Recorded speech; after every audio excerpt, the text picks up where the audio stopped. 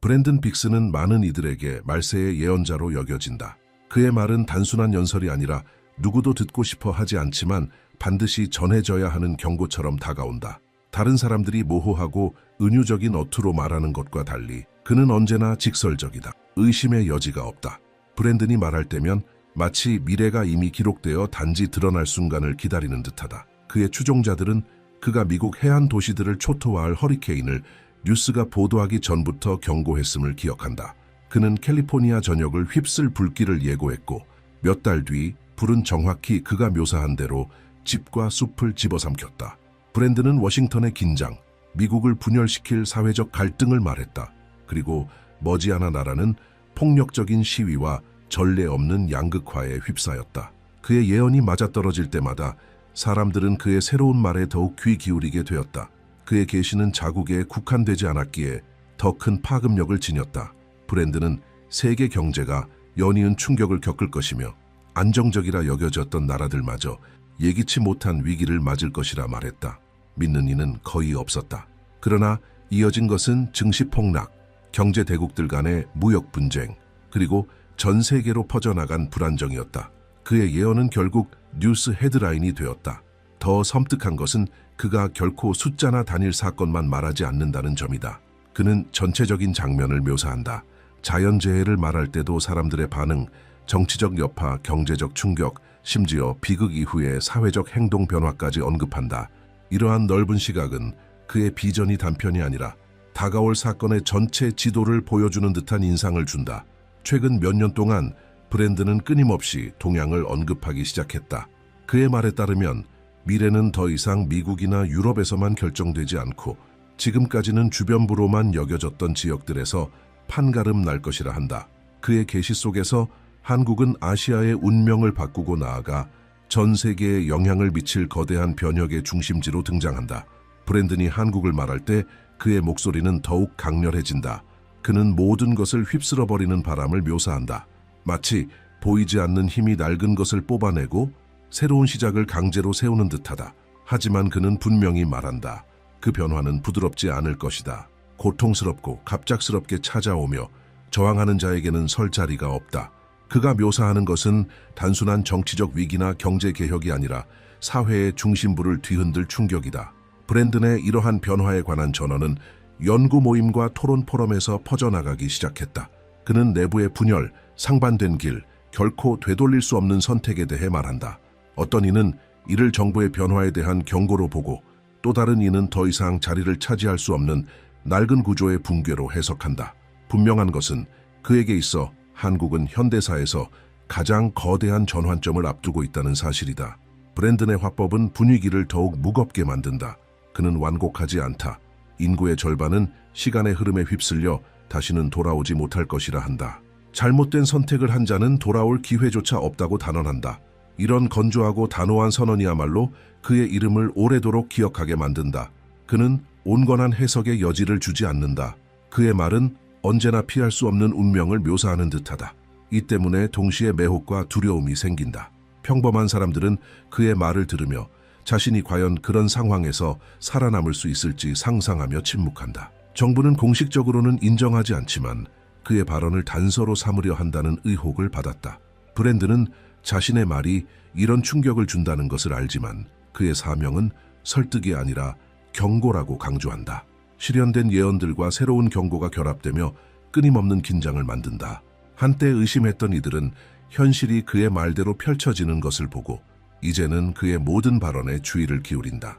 그리고 한 번도 믿지 않았던 이들조차 점점 커져가는 의문에 압박받는다.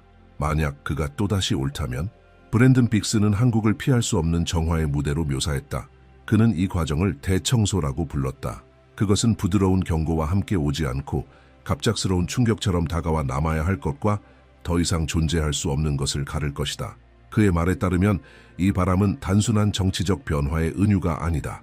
사회적 구조, 권력의 전통, 오래된 동맹까지 뿌리째 뽑아낼 신호다. 브랜든은 이것이 2025년 말 이전에 일어날 것이라고 단언했다. 그에게 이는 먼 가능성이 아니라 이미 민족의 운명에 새겨진 일정이었다. 그는 그 시기에 한국이 두 갈래 길 앞에 서게 될 것이며 그 선택은 되돌릴 수 없다고 말했다. 하나는 재건의 길, 더 단단하고 미래를 대비한 새로운 체제를 만드는 길이다. 다른 하나는 소멸, 무의미함, 고립으로 이어지는 길이다. 그리고 빅스는 분명히 말했다. 절반은 이 결정에서 살아남지 못할 것이라고. 그의 말은 한국의 현실을 아는 이들 사이에서 큰 울림을 주었다. 어떤 이는 브랜든이 전통 정당들을 소멸시키고 새로운 움직임의 자리를 내어줄 전면적 개혁을 말한다고 해석했다. 또 다른 이는 오래된 지도자들과 통제 체계가 더 이상 힘을 가지지 못하는 사회적 단절을 가리킨다고 본다. 하지만 모두가 동의하는 것은 그가 정치에서부터 사람들의 일상에 이르기까지 모든 것을 뒤흔드는 전면적 변화를 선포하고 있다는 점이다. 그는 이 대청소가 외부적인 것에 그치지 않고 내적인 것이 될 것이라고 구체적으로 밝혔다. 모든 개인은 새로움에 적응할지 낡은 것에 매달릴지를 선택해야 한다. 무너져가는 것을 붙잡으려는 자는 뒤처질 것이다. 그는 이 시기를 단절의 순간이라 불렀다. 역사가 미래에 준비되지 못한 모든 것을 칼날로 잘라낼 때라는 것이다. 이 발표의 단호함은 그가 저항하려는 자들에게는 설 자리가 없다고 못 박으면서 더욱 거세졌다. 그의 비전 속에서 전체 집단이 무의미해지는 장면을 봤다고 한다. 한때 중심에 있던 사람들이 변두리로 밀려나 잊히고 무시당하는 모습이었다. 그는 변화의 신호를 보려 하지 않고 과거에 집착하는 자들은 결국 사회에 의해 버려질 것이라고 경고했다. 브랜든은 단호했다. 한국은 새로운 시대를 향해 일어설지 아니면 스스로의 저항의 무게에 짓눌려 가라앉을지를 선택해야 한다. 그는 준비하는 자와 징조를 조롱하는 자 사이에 명확한 분열이 있을 것이라 했다. 그의 말에 따르면 무기력함을 택한 자들은 자기 땅에서조차 이방인처럼 살게 될 것이다. 목소리도 미래도 설 자리도 없이 청중들에게 이 메시지는 결코 무시할 수 없는 가혹한 경고처럼 들린다. 이는 단순히 정치나 경제의 문제가 아니라 전환기의 생존에 관한 문제였다. 브랜든은 중립의 시대가 끝났음을 분명히 했다. 더 이상 가운데에 머무를 수는 없다.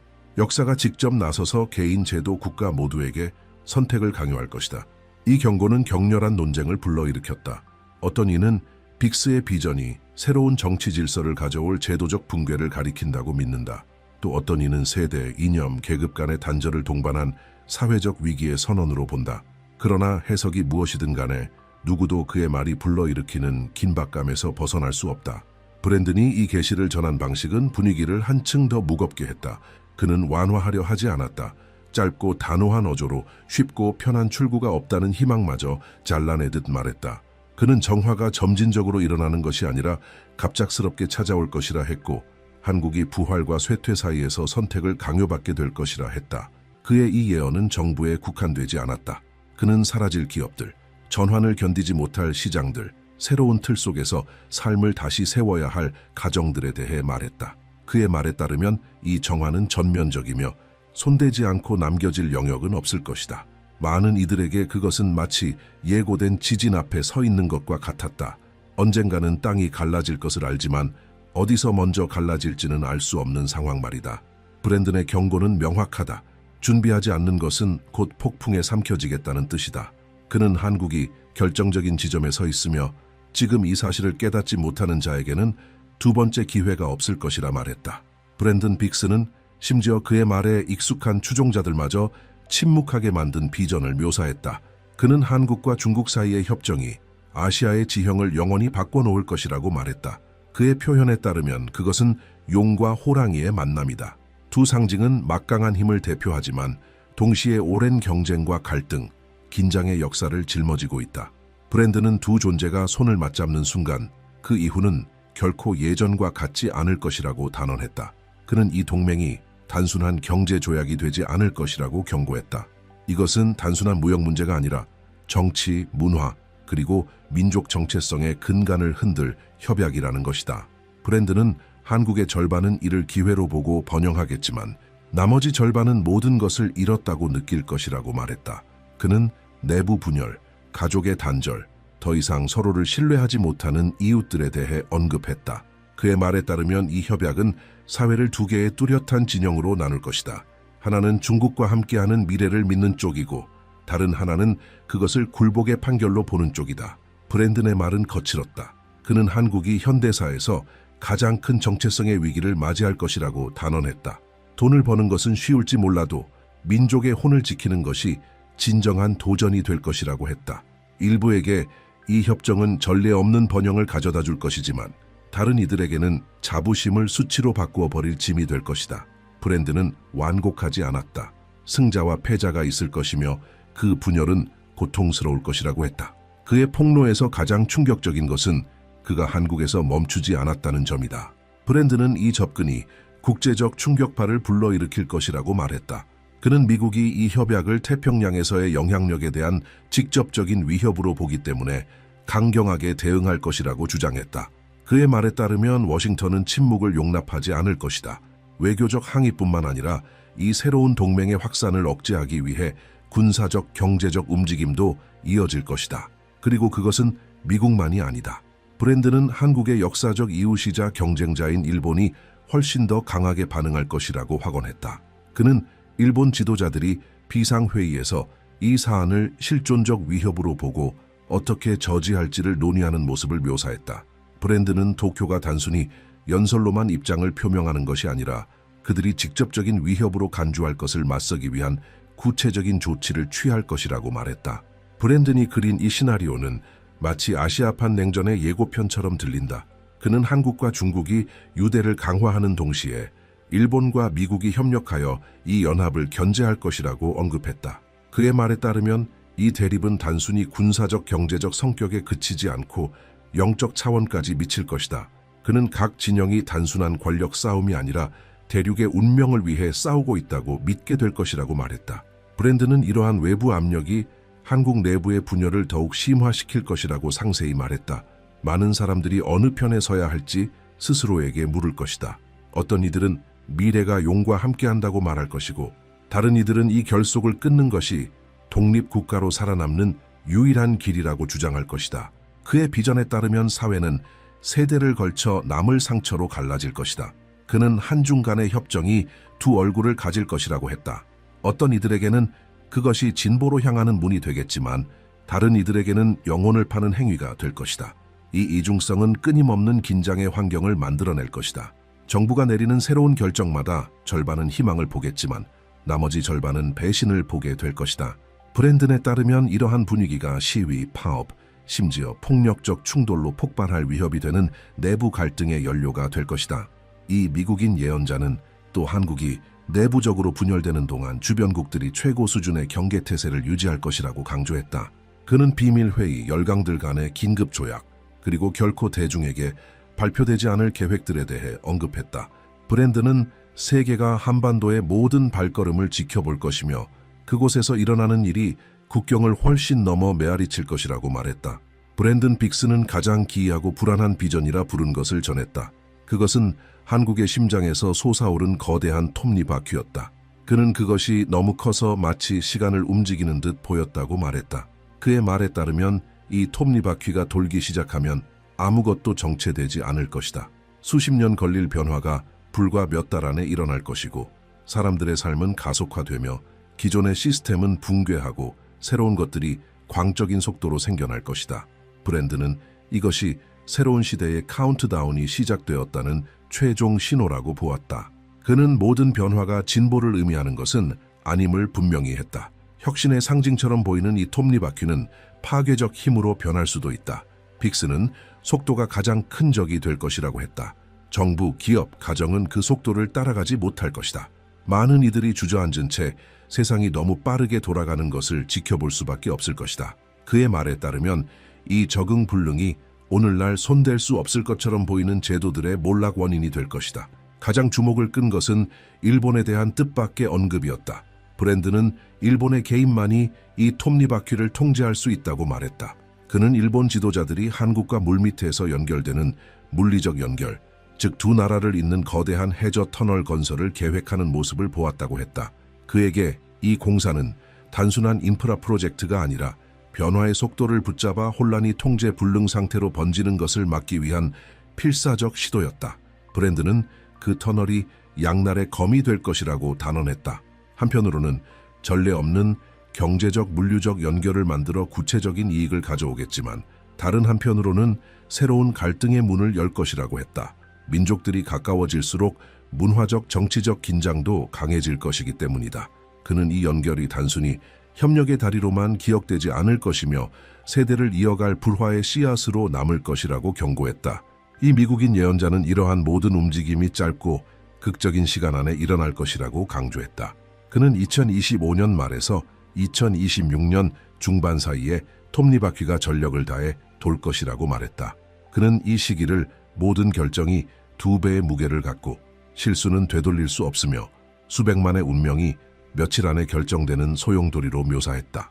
브랜드는 2026년이 가장 중요한 분수령이 될 것이라고 강조했다.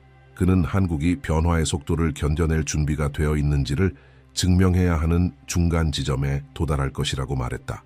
이때의 지연은 큰 대가를 치르게 될 것이며 주저함은 이웃 강대국들이 진로를 좌우할 틈을 열어줄 것이다.